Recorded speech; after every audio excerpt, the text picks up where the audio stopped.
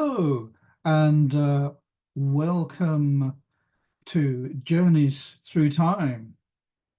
If you've not seen me before, my name is Alex, and this is about business challenges and solutions. And if you are returning, welcome back, because this is episode 16. In episode 15, I was talking about the story about how I'd found someone really interesting to talk to on the LinkedIn platform simply by having conversations. And it really was about, a friend of a friend of a friend, discovering that that LinkedIn is much more important and much more interesting to use as a platform than looks like, with the first eye that you spent place upon it, to put it another way. And that was quite interesting for me, an interesting realization, because I've been a user of the platform since 2008, and I'd gained a certain view of what its purpose was, but really didn't understand what else it, that it was capable of.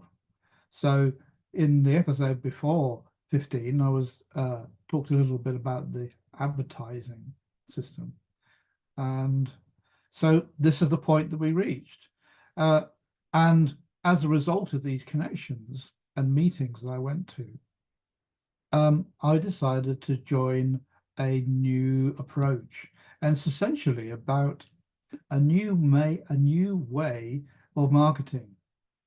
So, and there were five things I would like to mention about them. So firstly, marketing is more straightforward on LinkedIn than meets the eye. And, quite frankly, we make it more complicated than we need to. Because LinkedIn is a way of contacting decision makers. And the reality is most people actually do wish to connect. Number two, you don't need to pay for ads until later, if at all, because it's one of the reasons for doing things organically is that it's a way of understanding your audience, and doing so organically has many benefits that are recommended, because the way you think of your audience and the way it thinks of you is kind of an evolutionary process. What you start with and what you end up with is going to change over time.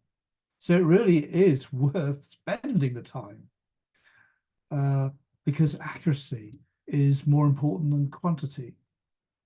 No, there are many ways of getting quantities of lists, but are they the right ones for you? So working on a curation process or getting the right audience is the way to go. Number three, advice and mentoring shouldn't cost you the earth.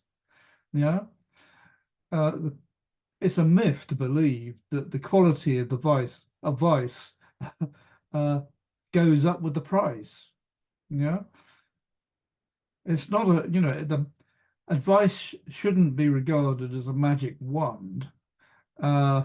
It's a process, and if you're running a business, it's your business, right? So you want the right advice, and quality is better. Is better, right? And it's not always at the higher price. So it's learning to have eyes and ears. The other thing about knowledge you can gain is that it's way more efficient to apply it as you go along. It makes more sense, because knowledge is more than just a piece of cake. Yes, you can get a whole batch made for you, but its application in smaller chunks is way more efficient. And one of the things you need with any kinds of knowledge is a perspective, what you know now, what this new knowledge is presenting and what you'd like it to mean going forward. And the thing about it is, once you have this knowledge and you determine to apply it, when you apply knowledge, you should expect it to create questions as well as answers. And fifthly, trust. Trust is not an immediate thing.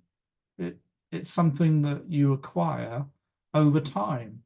So when you are working with other people, whether they are teaching you, mentoring you, whether you are looking to connect with other people, trust is an important element of this. And suddenly finding that you trust someone, or suddenly finding that someone trusts you, this thing happening immediately is a rare event, right? And so what is a measure of trust? Well, sometimes it's how much money exchanges hands, but this is only part of it, right? How visible is the relationship? What words are spoken between you? How do the words sound? Because humans have many forms of communication. And, do you feel or have a sense of connection? I often think of a joke I heard about the game of Scrabble. Uh, what do you do if you draw 7 E's?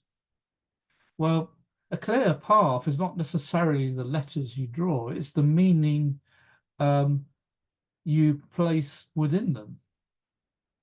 So having absorbed these 5 different things, the things I've learned is that, it's a series of steps. These steps might be across a river, they might be across several bridges, and how you relate to information and the action you may take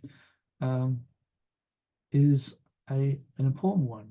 So in the next episode, we're going to be talking about some of the first steps that I took during this new program. See you then.